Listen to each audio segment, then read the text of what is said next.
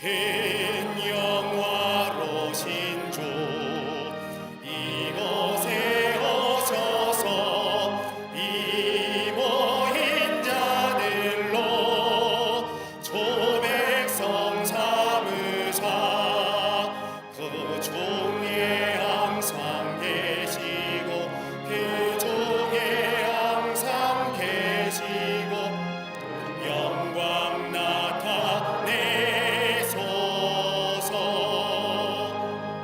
이 백성 기도와 또 예물된 힘이 향내와 같으니 곧 받으옵소서. 주 예수 계신 복음에 주 예수 계신 복음에 만 백성 듣게 하소서.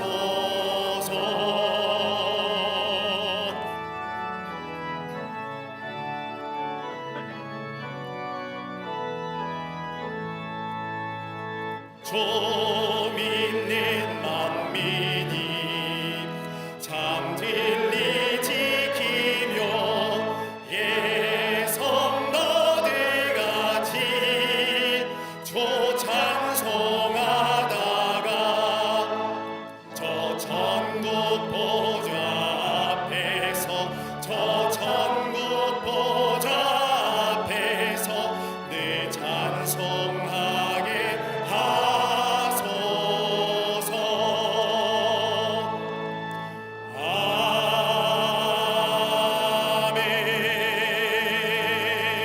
아멘. 교독문 53번 시편 121편을 교독하시겠습니다. 내가 산을 향하여 눈을 들리라. 나의 도움이 어디서 올까? 여호와께서 너를 실족하지 아니하게 하시며 너를 지키시는 이가 졸지 아니하시리로다.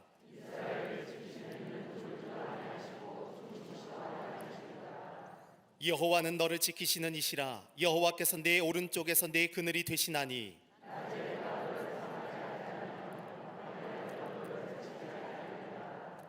여호와께서 너를 지켜 모든 환난을 면하게 하시며 또 내 영혼을 지키시리로다.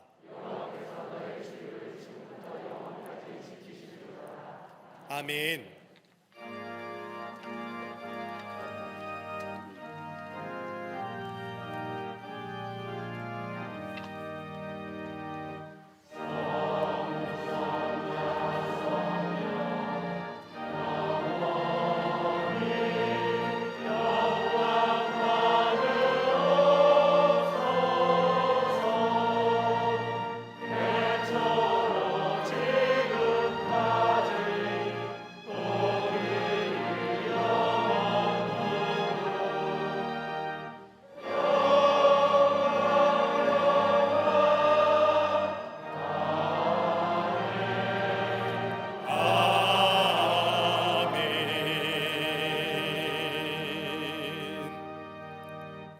전능하사 천지를 만드신 하나님 아버지를 내가 믿사오며 그 외아들 우리 주 예수 그리스도를 믿사오니 이는 성령으로 잉태하사 동정녀 마리아에게 나시고 본디오 빌라도에게 고난을 받으사 십자가에 못 박혀 죽으시고 장사한 지 사흘 만에 죽은 자 가운데서 다시 살아나시며 하늘에 오르사 전능하신 하나님 우편에 앉아 계시다가 저리로서 산자와 죽은 자를 심판하러 오시리라.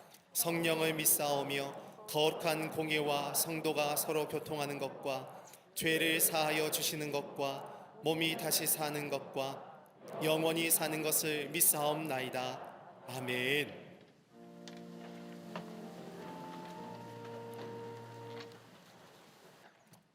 구원의 빛이 되시는 주님, 흔들리는 자에게 반석이시요 쫓기는 자에게 요새가 되시어 우리를 구원하시는 한없이 자비하시며 은혜로우신 사랑에 감사를 드립니다. 진리의 편에 서기보다는 순간적인 편안함과 만족을 위해 살았으며 거짓과 위선, 욕심과 편협한 시각으로 살아왔던 저희의 죄를 회개하오니 용서하여 주시옵소서. 질그릇처럼 연약한 우리를 새롭게 빚어주시고 강건하게 붙잡아 주실 줄로 믿습니다. 오늘 이 시간 성령께서 친히 임재하여 주시사 마음의 쓴뿌리가 제거되고 성령 충만을 경험하는 은혜의 예배가 되도록 인도하여 주시옵소서. 인애와 긍휼이 풍성하신 하나님, 하루하루 절망과 좌절의 땅으로 변하고 있는 우크라이나 백성들을 지켜주시고 속히 종전되어 전쟁의 아픔과 상처가 온전히 회복되게 하여 주시옵소서. 추운 겨울 화마로 삶의 터전을 잃은 이들을 위로하시고 가슴 시린 이웃들에게 따스한 하나님의 사랑이 임하게 하여 주시옵소서. 이 나라 민족의 공의와 정의가 하수같이 흐르게 하사 정쟁의 정치가 상생의 정치로 변화되고 경제, 문화, 안보, 교육의 모든 영역에 샬롬의 역사가 임하게 하여 주시옵소서. 대통령과 위정자들을 붙드시어 이 땅을 누르고 있는 어둠과 혼란, 아픔은 물러가고 밝은 새날, 생명력 넘치는 이 나라가 되도록 인도하여 주시옵소서.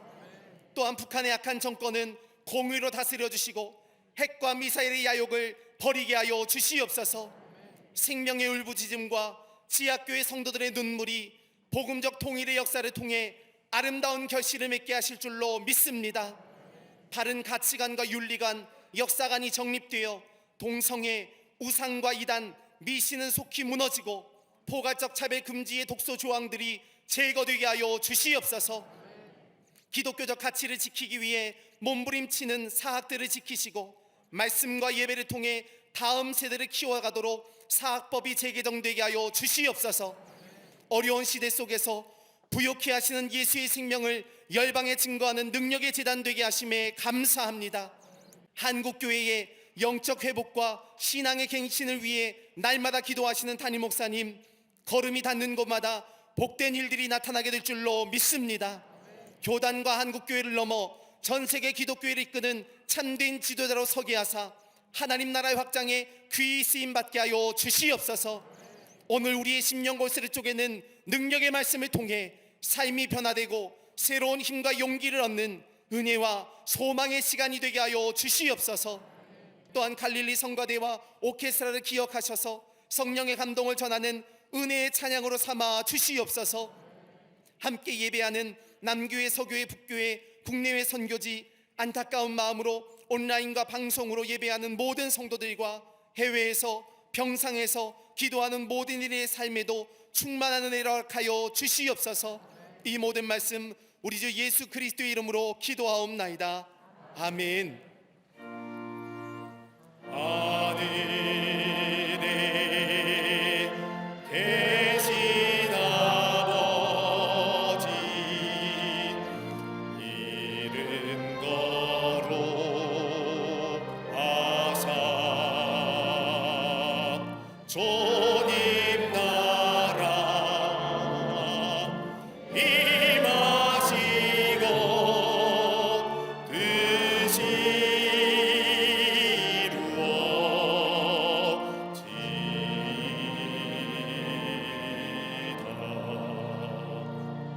일용할 양식 주시고 우리들의 근대 다 용서하옵시고 또 시험에 들게 마시고 악에서 구원하소서.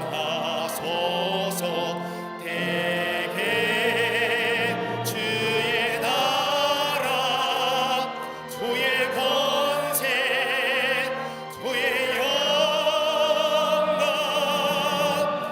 영원히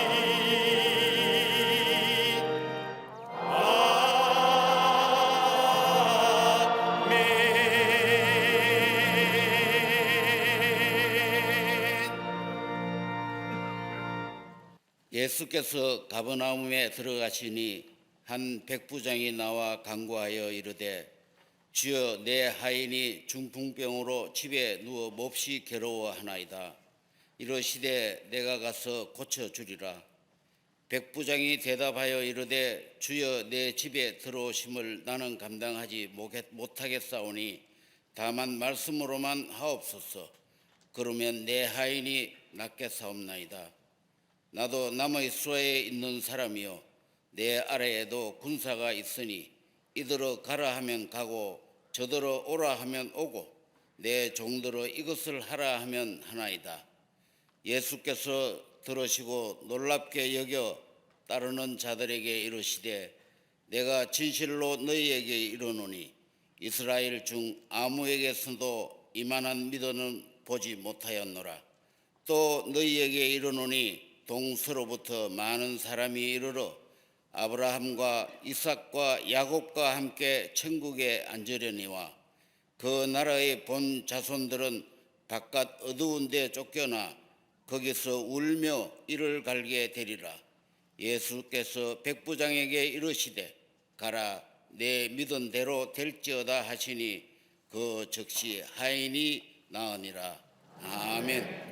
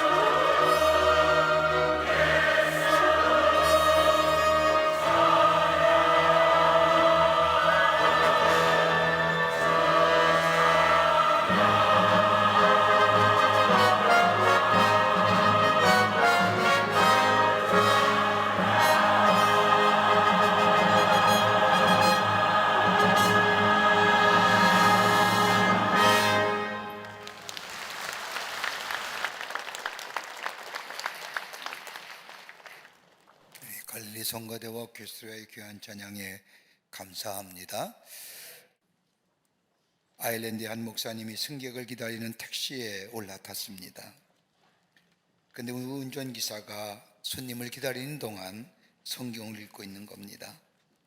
이 모습을 본 목사님이 너무나 반갑고 마음이 흐뭇해서 택시에 올라타면서 택시 운전수에게 묻습니다. 아저씨, 성경을 읽으면서 무엇을 생각하십니까? 라고 묻자 이 택시 운전기사가 저는 하나님께서 하신 이 말씀을 그대로 믿습니다 라고 대답하는 겁니다. 그러면서 말하기를 저는 예수님께서 명령하신 것이 어디에 있는가를 보고 그 명령 전부를 내 생활 속에서 순종해 가고자 애쓰고 있습니다. 성경 안에서 약속하신 예수님의 말씀, 그 말씀은 나를 위해 약속하신 말씀이요 반드시 그대로 이루어질 줄을 믿고 기대하며 살아갑니다. 그러기에 매일매일의 삶이 기쁨이 넘칩니다라고 대답을 하였다고 합니다. 여러분, 믿음이라는 게 무엇일까요? 믿음을 정의할 때 여러 가지 말로 믿음에 관하여 말하지만 믿음이란 것은 사실을 사실대로, 진리를 진리대로 받아들이는 것이 믿음입니다. 사실에 대한 진실이 믿음입니다. 좀 쉽게 표현하자면 객관적인 사실을 주관적인 진실로 받아들이는 것이 믿음입니다. 여러분, 어떤 사람이 가장 안타깝고 불행한 사람일까요? 많은 사람들이 건강에 관한 얘기, 물질에 관한 얘기를 하지만 가장 불행한 사람은 믿지 못하고 사는 사람일 겁니다. 믿음이 없는 사람입니다. 사람을 믿지 못할 때 불행해집니다. 더 나아가 하나님을 믿지 않을 때에 내 속에서 하시는 하나님의 일들, 하나님의 깊은 뜻과 섭리, 더 나아가 하나님께서 함께 하신다는 믿음이 없게 될 때에 이처럼 불행한 인생은 없을 것입니다. 이런 사람에게는 과거에 하나님이 함께 하심도 깨닫지 못합니다. 지금 이 순간에도 하나님이 나와 함께 하심을 믿지 못합니다. 그러기에 늘 불안과 염려 가운데 삽니다. 그리고 더 나아가 내 생에 하나님의 예비하심과 인도하심이 있을 것이라는 것을 믿지 못하기에 이 인생이야말로 가장 불행하고 가장 안타까운 인생일 겁니다. 그러기에 인간은 믿는 만큼 살아가는 존재입니다. 큰 믿음을 가지고 사는 사람은 크게 살고요, 적은 믿음의 사람은 적은 믿음 가지고 그 믿음만큼 살아갑니다. 오늘 본문의 말씀의 주인공은 로마의 백부장에 관한 이야기입니다.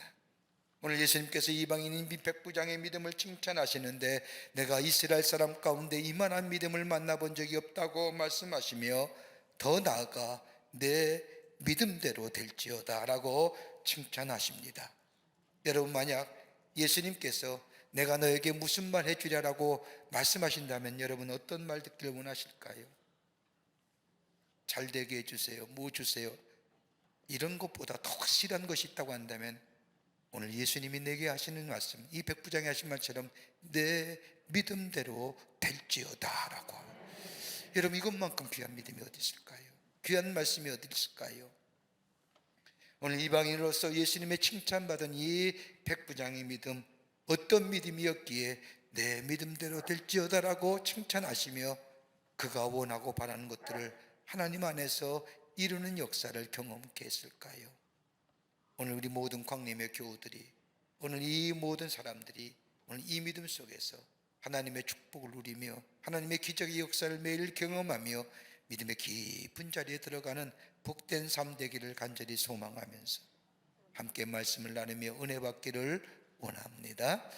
첫째는 하나님이 예수님이 칭찬한 이 백부장의 믿음은 행동하는 믿음이었습니다. 다른 말로 표현하자면 적극적인 믿음의 소유자였다는 겁니다. 오늘 마태복음 8장 5절의 말씀을 보면 한 백부장이 나와 간구하여 가로되라고 시작됩니다. 로마의 백부장이 예수님께 나왔다는 겁니다. 로마가 다스린 때 백부장이란 따로 로마 정부로부터 위임받은 직책은 아닙니다. 로마 제국에 있어서의 가장 군대는 가장 먼저 조직인 레지온이라고 하는 조직이 있는데, 이 조직에는 약 6천 명의 군사가 배치되어 있다고 합니다. 여기에서 100명 단위로 쪼개어 나누어지는데, 이 100명의 사람들을 지휘하는 사람이 바로 백부장입니다. 이들은 지국군이었습니다. 역사의 자료를 보면 이는 다른 어떤 군인보다 뛰어난 군인들이었고 용감한 군인들이었습니다. 언제나 전쟁에서는 앞서 나가 자신들의 목숨을 바치었고 평화 시에는 정신교육을 도맡아 함으로써 인하여 로마 군대에 가장 앞장섰던 사람들이 백부장입니다. 로마 군대의 중추적 역할을 감당할 뿐만 아니라 로마 권력을 유지하는 데 핵심 구조를 이루던 사람들이 백부장입니다. 이들이 전쟁이 끝나면 본국으로 돌아가 기죽이기도 하고 더 나아가 최고의 생활이 보장되어 있는 사람, 이 백부장들이었습니다. 성경의 말씀을 보면 백부장의 이야기가 곳곳에 나와 있습니다. 첫 번째는 예수님께서 십자가에 달려 돌아가실 때에 그 예수님의 죽음을 목도한 백부장이 저 사람이야말로 참 하나님의 아들이었다고 믿음으로 고백했던 사람, 로마의 백부장이었습니다. 사도행전에 나온 고넬료라는 사람도 로마의 백부장이었습니다. 저 사도 바울이 로마로 압송당할 때에 그 앞에 진두지휘하여 끌고 갔던 사람들, 나중에는 바울을 도왔던 사람 또 역시 로마의 백부장입니다. 이렇게 볼 때 다는 아니지만 당시에 로마의 백부장들의 공통적인 모습이 있다고 한다면 호의적인 사람들이요 긍정적인 사람들이었음을 보게 됩니다. 그런데 아무리 긍정적이고 호의적인 사람이라도 이들은 로마 출신의 이방인들입니다. 유대인들은 이방인을 싫어했습니다. 그들 가운데 로마의 군대를 제일 미워했습니다. 하나님이 자신들의 선조에게 준 땅을 무자비하게 빼앗을 뿐만 아니라 자신을 핍박하며 압제하는 저 로마의 제국주의의 수하의 군사들, 그러기에 로마 군인이 지나간다면 쳐다보지 않을 정도로 로마 군대에 대한 미움이 컸던 유대인들, 당시의 최고의 권력이요 권위를 가진 이 백부장이 오늘 본문의 말씀을 보면 예수님께 나왔다는 겁니다. 그것도 다름이 아니라 자신의 하인의 중에 한 사람이 병이 걸려서 그 병 낫기를 위하여 예수님께 나왔다는 겁니다. 오늘 본문의 말씀을 보면 하인이라고 하면 헬라어로 파이스라고 말하는데, 이 단어는 영어의 표현을 의하면 보호이, 소년입니다. 이렇게 본다면 이 백부장의 밑에 하인이 있었는데 그 하인은 소년인데 그 소년이 중풍병으로 인하여 죽게 되었다는 겁니다. 그런데 로마의 백부장이 자신이 걸린 병도 아닌데 그 하인의 병을 위하여 예수님께 나왔다는 것, 그것도 한 번도 본 적이 없는 예수, 다만 소문으로 듣던 이 젊은 유대의 사람, 젊은 예수, 로마 입장에서 보면 사회적 혼란을 일으킬 수 있는 사회적 요인의 가장 중심에 섰던 그 예수님께 자신의 하인이 이 소년의 병을 고쳐달라기 위해서 나왔다는 겁니다. 여러분, 역사에 의하면 로마 시대의 인구는 약 3분의 1이 로마인이요 나머지 3분의 2는 로마가 침략 전쟁을 벌이면서 잡았던 노예가 3분의 2입니다. 저 로마의 위대한 유산이라고 했던 콜로세움 같은 것도 혹평하는 역사에 의하면 그것은 로마의 문화가 아니라 노예의 문화라고 얘기할 정도로, 노예는 그 당시에 아무런 권한이 없는 존재입니다. 주인의 재산이었습니다. 주인의 마음대로 할 수 있는 존재입니다. 그 하인의 병 하나 죽는다고 해서, 병으로 죽는다고 해서 이 백부장에는 아무런 문제가 없습니다. 그런데 오늘 성경 말씀을 보면 이 하인이 병들었음을 안타깝게 생각했던 이 로마의 백부장이 예수님께 나와 고쳐달라고 하는 겁니다. 문제를 예수님 앞에 가지고 나왔다는 겁니다. 믿음으로만 믿는 것이 아니라 자신의 삶의 문제, 그것을 가지고 예수님께 나왔다는 것은 다름이 아니라 행동하는 믿음이요 적극적인 믿음이요 앉아서 오시기만 기다리는 것이 아니라 직접 예수님께 가지고 나와 아랬다는 겁니다.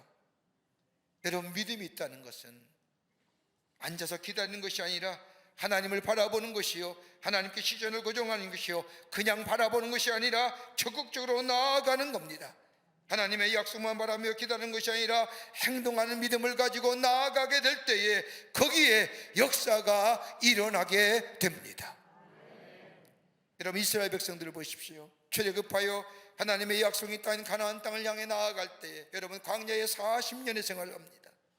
40년의 광야를 겪으면서 저 광야에 아무것도 없는 장소, 물도 없었죠. 먹을 것이 없었던 그 장소, 아무것도 보이는 것이 없기에 저들은 고작 하나님만 바라보며 하나님의 약속을 믿고 나아가는 그 삶의 모습, 하나님이 저들을 통하여 저들에게 가르치고 원하시던 것이 뭐냐? 하나님을 믿는 믿음, 하나님을 믿고 나아가는, 행동하는 믿음을 저들은 광야의 40년에 하나님을 통하여 배워갔던 것을 보게 됩니다. 여러분, 노아의 방주 보세요. 하나님이 물로 심판하실 때에 노아의 방주에 다 들어가게 하지요. 문을 열고 들어갔지만은 그 문으로 들어가면 하나님이 밖에서 문을 잠그시켰기에 사람이 열지 못합니다. 그 방주에는 창문이 없습니다. 그러나 딱 한 곳만이 열려진 것이 있는데 다름이 아니라 천장이 열려져 있다.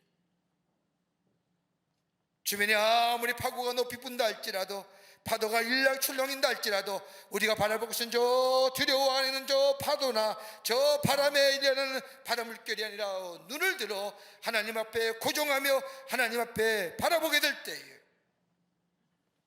우리의 삶의 문제, 파도는 잔잔해지고 풍랑은 잔잔해질까는 의미로 하나님은 다른 것 보지 말고 시선을 하나님께 돌리는 의미로 하늘의 천장을 뚫어 놓았다는 겁니다. 여러분, 믿음은 하나님을 다루는 방법을 터득하는 것이 아닙니다.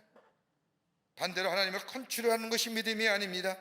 다윗이 훌륭한 믿음의 사람이 되었던 것은, 하나님 마음에 합당한 사람이 되었던 것은 하나님을 잘 다루고 하나님을 잘 컨트롤하기에 그 하나님의 마음에 합당한 사람이 아니라 그가 어렵고 힘들고 곤고하고 삶의 문제가 산적했을 때에 하나님 앞에 나와 그 문제를 내어놓고 하나님의 도움을 간구하며 행동하는 믿음의 모습이 있게 될 때에 하나님은 그 믿음의 모습을 보고 내 마음에 합한 사람이라고 칭할 뿐만 아니라 이스라엘 왕위의 기준점으로 삼으셨던 것을 보게 됩니다.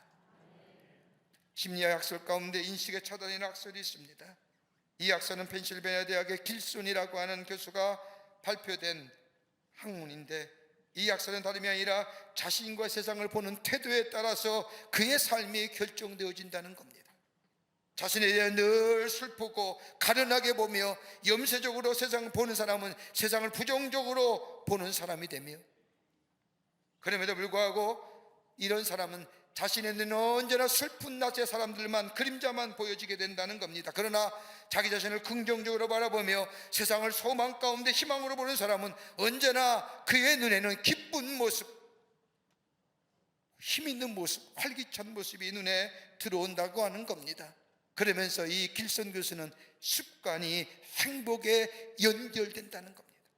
내가 뭘 바라보고 사느냐, 내 시선이 어디에 고정되어 있느냐는 것.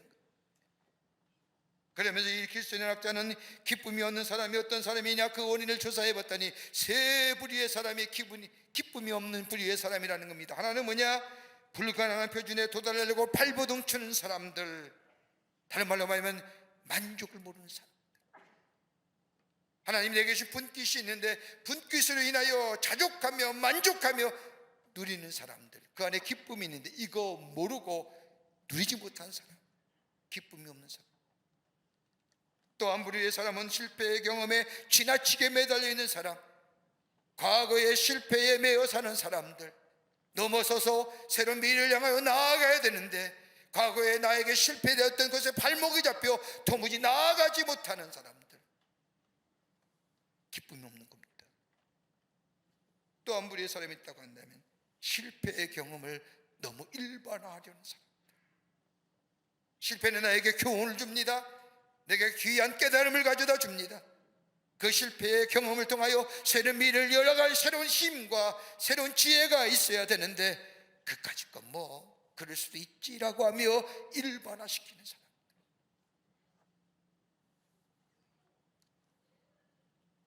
믿음은 행동하는 믿음입니다. 믿음은 동사형입니다. 명사형입니다. 머물러 있는 것이 아니라 매일매일 나아가며 적극적으로 행동하는 믿음이 될 때에 거기에 기적의 역사가 일어나며 오늘 백부장은 자신의 삶의 문제는 아니지만 자신의 하인의 병들었음을 안타깝게 생각하며 한 번도 보지도 못한 저 유대 청년 앞에 그 문제를 가지고 나와 내 하인의 병을 고쳐달라고 요청하게 될 때에 예수님은 그 믿음 보고 내가 이만한 믿음을 만나보지 못했노 칭찬하시며 내 믿음대로 될지어다라고 이 놀라운 역사, 기적의 역사를 그를 통해서 일으키셨던 것을 보게 됩니다. 믿음은 동사형입니다. 머물러 있는 명사가 아닙니다.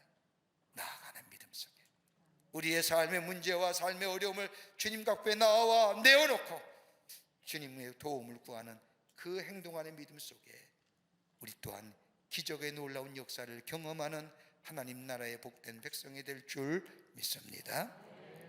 둘째로 이 백부장의 믿음은 깨끗한 믿음이었습니다. 겸손한 믿음의 소유자입니다. 오늘 마태복음 8장 7절과 8절의 말씀을 보면 예수님께서 백부장의 간청을 들으시고 내가 가서 고쳐주리라고 말씀하자 백부장이 뭐라고 말씀합니까? 저희 집에 오심을 저는 감당치 못하겠나이다. 저는 이 대목이 참 귀하게 감동으로 다가옵니다. 백부장입니다. 나름대로 권력자고 힘있는 자입니다. 적어도 내가 이렇게 부탁했으면 예수님이 자신의 집에 와서 자신의 아이의 머리에 손을 얹고 기도하며 낫게 해줘야 되지. 그래야 내 위신이 내 체면이 있는 건데 라고 생각하고 얘기할지 모르지만 오늘 백부장은 전혀 그렇지 않았다는 겁니다. 내 집에 들어오심을 나는 감당치 못하겠습니다. 왜 그랬을까요? 왜 이렇게 얘기했을까요? 도무지 세상과 동떨어진 이야기입니다. 아마도 많은 학자들이 이 백부장의 이야기를 가지고 여러 가지로 이야기하지만 아무래도 이 사람에는 당시의 습관처럼 가이사의 왕제의 초상도 그 집에 있었을 것이고 자신이 섬기는 우상도 있을 것이기에 예수님이 내 집에 들어오심을 나는 감당치 못하겠나이다라고 얘기했을 것이라고 이야기하는 학자도 있습니다. 근데 가만히 보면 두 가지의 뜻이 속에 담겨져 있습니다. 하나는 이 백부장은 예수에 관한 이야기를 다 들었습니다. 저 세리마태의 집에 들어가 음식을 잡수는 것도 다 들었습니다. 사람들에게 비난받는 이야기도 다 들었습니다. 하나도 빠짐없이 예수의 소문을 들었던 이 백부장, 그가 자신의 집에 예수님의 오심을 감당치 못하겠다고 얘기한 것은 소극적인 의미에서는 만약에 예수님이 자신의 하인의 병을 고쳐주지 않는다고 한다면 그 비난의 소리, 그 조소의 소리 어떻게 감당할 수 있을까? 또 하나 적극적인 의미로는 자신과 같은 이방 사람과 또 유대 사람들이 가장 미워하는 로마의 군인의 집에 들어와 자신의 하인의 질병을 고치신다면 다음에 있을 예수님에 대한 비난과 불이익을 생각하는 겁니다. 예수님의 위상을 생각하면서 예수님이 하나님의 아들이심을 믿는 이 백부장의 믿음, 메시아의 권세를 가진 예수님, 절대 주권을 인정하는 믿음 속에 예수님, 내 집에 들어오심을 감당치 못하겠나이다. 여러분, 겸손하면 그냥 생기는 것이 아닙니다. 우리나라 속담 가운데 익은 벼가 고개가 숙인다는 이야기가 있던처럼 여러분 세계의 어느 나라에 가든지 다 겸손에 관한 격언과 속담은 다 있습니다. 유독 세계 모든 나라일 뿐만 아니라 유독 성경에서 겸손한 자, 낮아지는 자에 대한 이야기를 하는 이유가 어디 있을까요? 여러분, 겸손함이 어디서부터 시작될까요? 지금의 시대는 반겸손의 시대입니다. 할 수만 있다면 자신을 드러내는 시대요, 나타나는 시대요, 자신이 다른 사람보다 나았다는 것을 이야기하는 시대에 내가 낮아진다는 것, 그러게 세상 사람들은 겸손하다는 것은 자기 굴종이요 더 나아가 비굴해주는 것이라고 이야기할지 모르지만 겸손한 자가, 낮아지는 자가 하나님 나라의 것을 차지하는, 여러분 이 겸손함이 어떻게 찾아올까요? 내가 낮아진다고 해서 낮아질까요? 인간은 본래 악한 존재입니다. 여러분 교만한 존재입니다. 저 아담과 하와가 에덴 동산에서 타락한 이유가 어디 있을까요? 하나님같이 되려고 하는 교만한 마음 때문에. 여러분 지금의 시대가 어떤 시대예요? 인공지능 시대예요. 여러 가지 많은 4차 혁명 시대라고 얘기하지만 마치 인간이 모든 것을 다 할 것 같았지만 여러분 지난 3년 동안 작은 보이지 않는 미세의 바이러스 앞에 우리의 인간의 존재가 더럽다는 것을 깨닫고 겸손해질 수 있을까요? 겸손함은 예수 그리스도의 십자가 은혜가 우리 안에 있게 될 때에 우리는 겸손해질 수가 있는 겁니다. 여러분 저 십자가를 볼 때마다 하나님이 나를 얼마나 사랑하시는지 그 사랑하심이 저 십자가 안에 담겨져 있고 또 하나 있다고 한다면 내가 얼마나 큰 죄인이기에 예수님이 나를 위하여 십자가에 달려 돌아가셨습니다. 하나님의 아들 된 예수님께서 내 죄가 얼마나 크기에 나를 위해 십자가에 달려 돌아가실 만큼 십자가의 은혜가 내 안에 있으면 겸손해질 수가 있습니다. 다른 그 어떤 것도 우리를 겸손하게 못하지만 내 생명, 내 죄를 위하여 대신 돌아가신 저 십자가의 은혜가 내 안에 있을 때에 겸손해지며 다른 사람을 나보다 낮게 여길 수 있는 마음이 우리 안에 생기며 다른 사람을 배려할 수 있는 마음이 우리 안에 생기며 저 십자가 안에 다른 사람을 사랑할 수 있는 마음이 우리 가운데 있어지게 되는 겁니다. 그러게 바울은 저 빌립보 교회를 향하여 편지하기를 너희 안에 이 마음을 품으라 곧 그리스도 예수의 마음이니 그런 게 뭔 하나님의 본체시나 하나님과 동등됨을 취할 것으로 여기지 아니하시고 자기를 비워 종의 형체를 가져 사람들같이 되었고 사람의 모양으로 나타났음에 자기를 낮추시고 죽기까지 복종하셨으니 십자가에 죽으시며 예수 그리스도의 십자가의 은혜가 우리 안에 있다. 낮은 자, 겸손한 자, 다른 사람을 나보다 낮게 여기는 자. 오늘 이 백부장은 겸손한 믿음의 소유자였습니다. 내 집에 들어옴을 감당치 못하겠습니다. 예수님을 높이는 마음, 자신보다 세상적인 관점에서는 힘 있는 자요 권력 있는 자만은 그러나 예수님을 하나님의 아들이요 구원의 주로 섬기며 자신을 낮추는 그 모습 속에 예수님은 내가 이만한 믿음을 내가 만나보지 못했느니라 하시면서 내 믿음대로 될지어다 라고 하는 끝으로 말씀의 능력을 믿는 믿음입니다. 말씀의 능력을 믿었습니다. 오늘 마태복음 8장 8절의 말씀을 보면 내 집에 들어옴을 감당치 못하겠습니다 라고 말하며 말씀만 하시옵소서 내 병이 낫겠습니다 라고 고백합니다. 말씀만 하시옵소서. 여러분 이것만큼 놀라운 믿음의 고백이 어디 있을까요? 백부장은 말씀의 능력을 믿고 있었습니다. 말씀이 사건으로 나타나는 것을 믿었습니다. 여러분 예수님의 기적 행하신 기적의 역사를 가만히 보십시오. 예수님의 기적은 다 한결같이 말씀을 통하여 일어났던 것을 보게 됩니다. 말씀이 전해진 순간 앉은 병이가 일어납니다. 말씀이 전해진 순간 눈먼 자가 눈을 뜨게 합니다. 말씀이 전해진 순간 그 사건이 그 말씀이 내게로 있어져 내 삶에 있어지게 될 때에 내 삶에 받아지게 될 때에 우리의 삶 속에 현실로 그대로 이루어진 역사가 지금도 우리 가운데 있게 됩니다. 객관화된 사건이 주관화된 진실. 말씀만 하시옵소서 그러면 내 아이의 병이 낫겠습니다 라고 얘기하는 것, 그 다음에 말씀이 더 우리에게 감동이 되지 않습니까? 나도 남의 수하에 있는 사람이요 내 수하에도 사람이 있습니다. 그대로 오라면 오고 가라면 갑니다. 그러니 말씀만 하시옵소서라고 말씀에 대한 능력을 믿는 겁니다.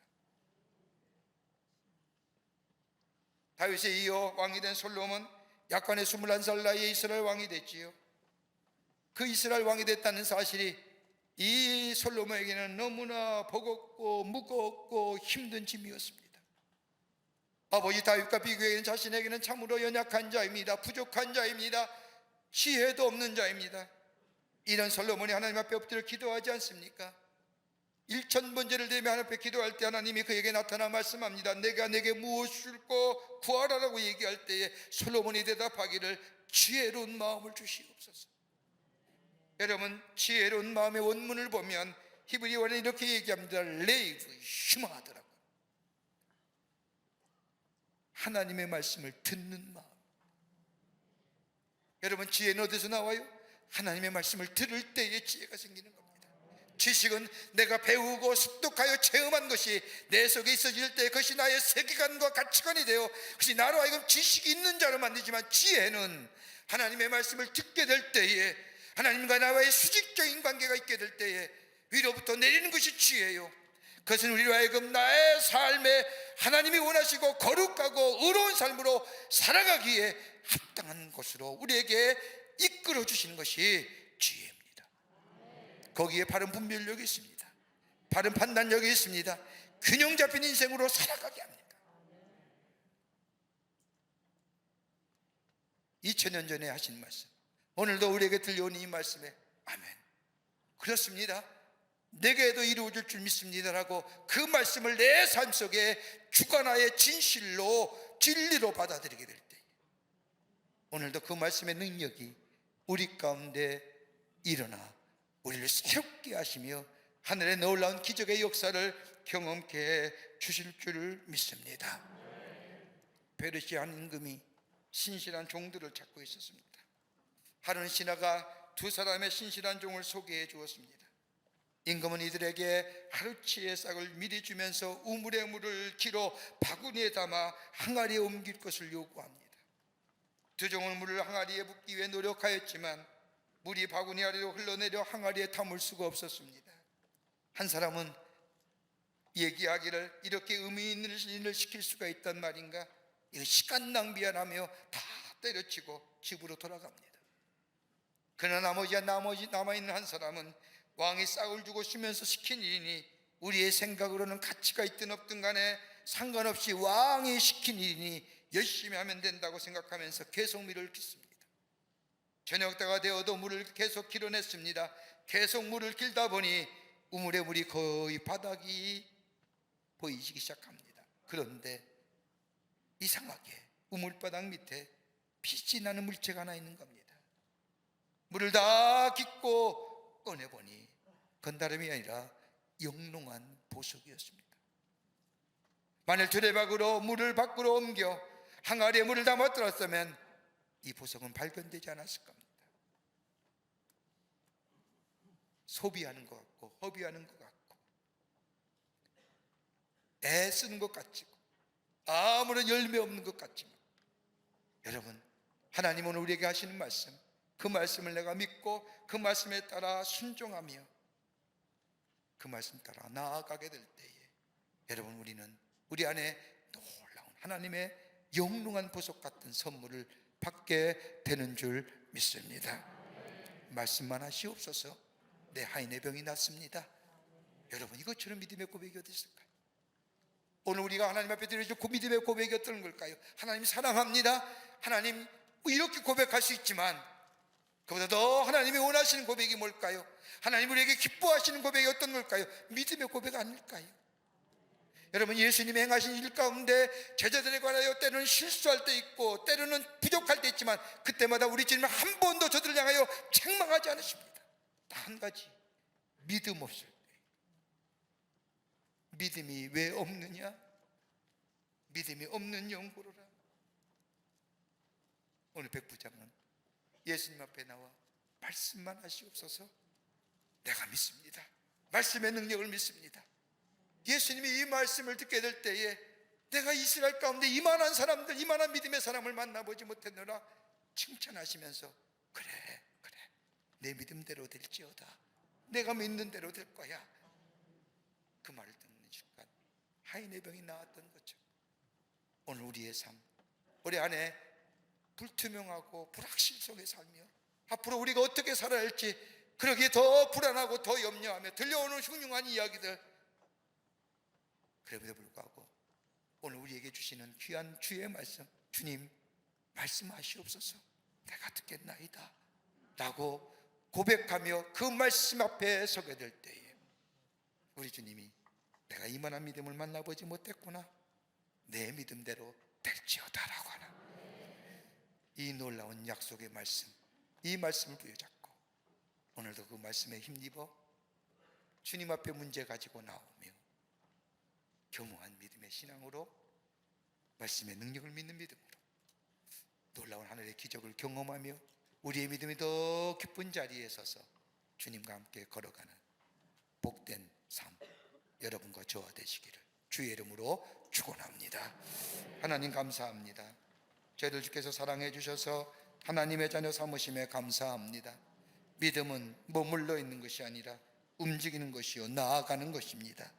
오늘 주신 말씀처럼 주님 앞에 우리의 삶의 어려운 문제를 가지고 나오게 하시며 겸허하게 주님 앞에 무릎 꿇는 자 되게 하실 뿐만 아니라 말씀하시옵소서 주의 종이 듣겠나이다 말씀의 능력을 믿는 믿음의 고백을 통하여 우리의 삶 속에 하나님이 행하신 놀라운 기적의 역사들을 경험하며 증거하는 하나님 나라의 복된 백성들의 삶 되게 하여 주시옵소서. 성령이 도우시고 인도해 주실 줄 믿으며 예수님의 이름으로 기도하옵나이다. 아멘.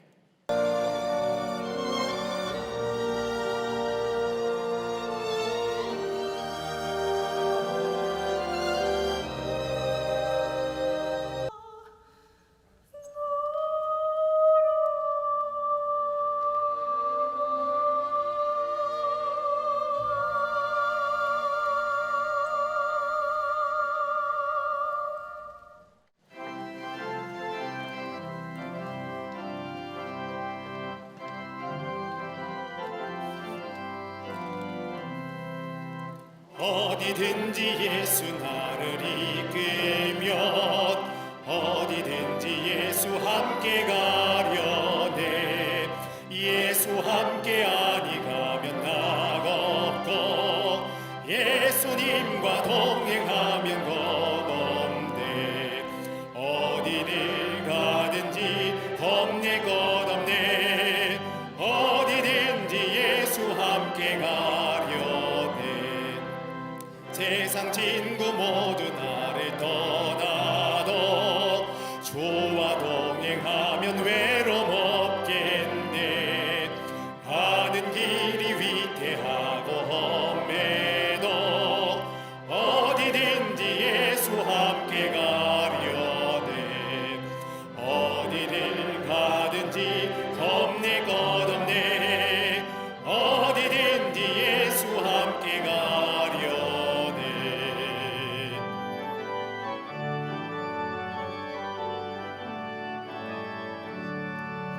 어두운 그늘 나를 애워 살 때에 주가 함께 계신 믿고 자려네. 좁은 오예 천국에서 깨어나 예수 함께 길이 어디를 가든지 겁낼 것 없네. 어디든지 예수 함께 가려네.